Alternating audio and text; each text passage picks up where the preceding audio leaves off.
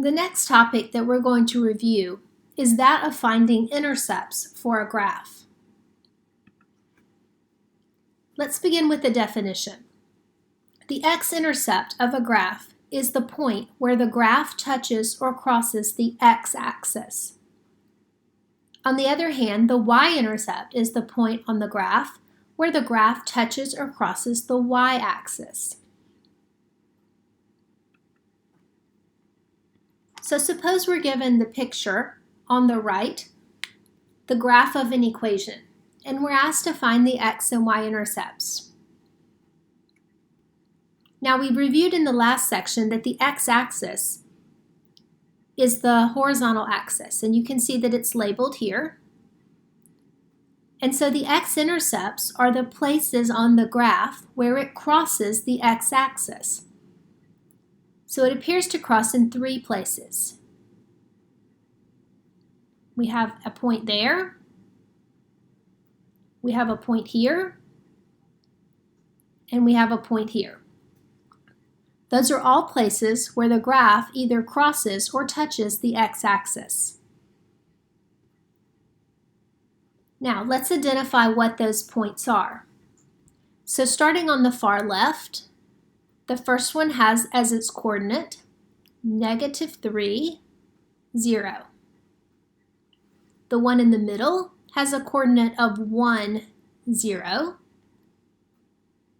And the one on the right has a coordinate of 2, 0. You want to keep in mind that the definition for the x-intercept says that it's a point.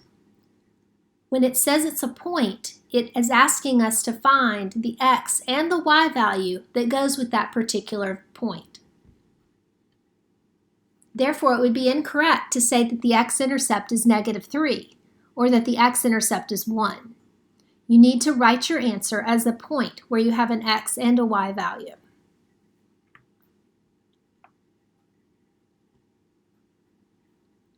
The next part asks us to find the y-intercept. Remember that the y-axis is the vertical axis, the axis that goes up and down. And we're looking for places where the graph crosses that y-axis. So it only appears to touch or cross in one place. Again, we want to identify that point as a coordinate. So that is going to be the point 0. And then if you notice your scale, you're counting by 4s going up the y-axis, and that point appears to be halfway between the 4 and the 8. So I'm going to go ahead and say that that's probably 6.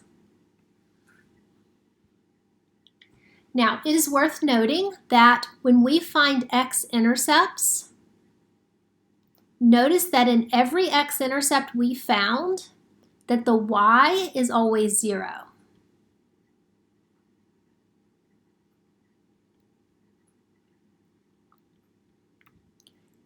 And notice on the y-intercept, the x is going to always be 0. If you can keep that in mind, that will help you if you're given an equation and you're asked to find your intercepts. So let's say that our equation is y is equal to x squared minus 4, and we're asked to find the x and y intercepts of the graph. Remember what we just said. We said that if we're talking about an x-intercept, that we know that the y is going to always be 0. And if we're talking about the y-intercepts, we know that the x is always going to be 0.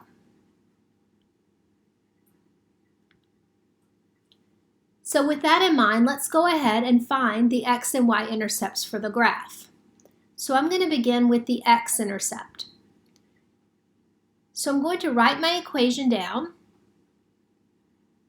keeping in mind that I know that the y is equal to 0. So I'm going to come to my equation and I'm going to plug a 0 in for the y. Now my goal becomes looking for the x value. So getting the x value by itself on one side of the equation. So in order to do that, I'm going to add 4 to both sides.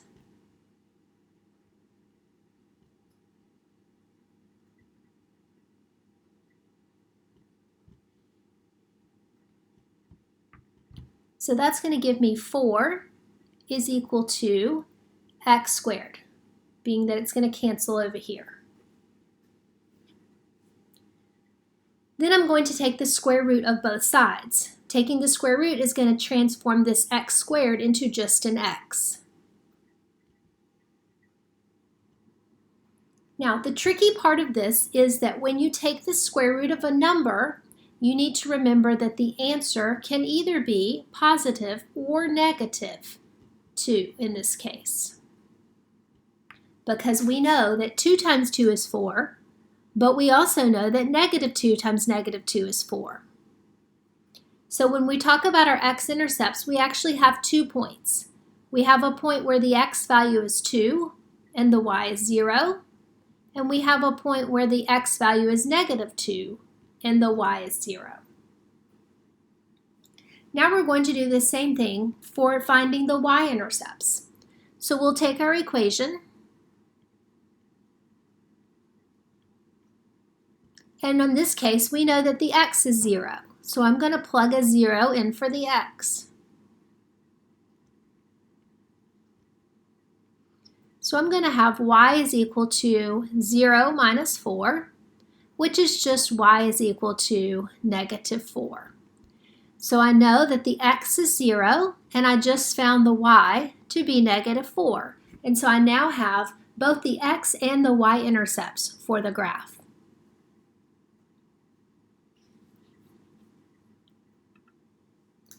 We're going to take a look at one additional example.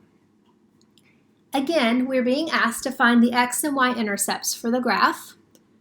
So I'm going to make myself a note that if I'm looking for the x-intercepts, that I know that the y is equal to 0. And if I'm looking for the y-intercepts, I know that the x is equal to 0.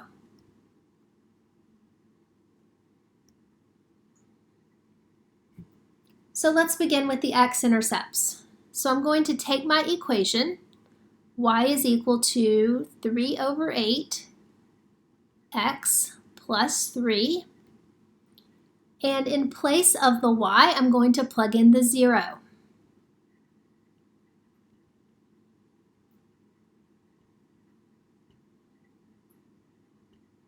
Remember, your goal now is to solve the equation for x. So the first thing we're going to do is subtract this 3 from both sides.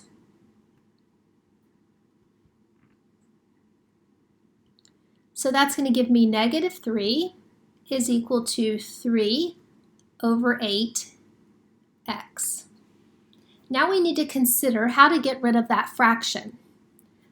What we could do is take both sides of the equation and multiply by 8.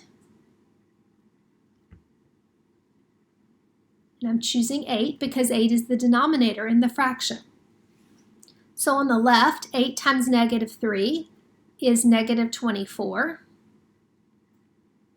And on the right, the 8's will cancel out, leaving me just 3x.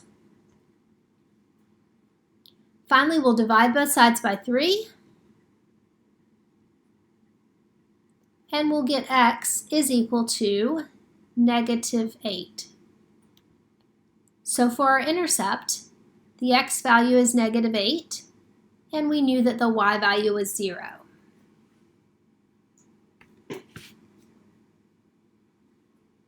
So now we'll find the y-intercepts. So again, we'll write our equation down.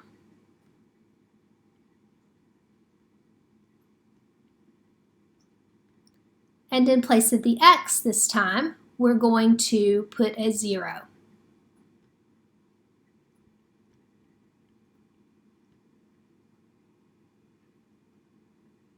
When we multiply 3/8 times 0, that's going to become 0. And we still have the plus 3. So y is equal to 3. So for our y-intercept, we know that the x is 0 and the y is 3. So we've now found both the x and the y-intercepts for this graph.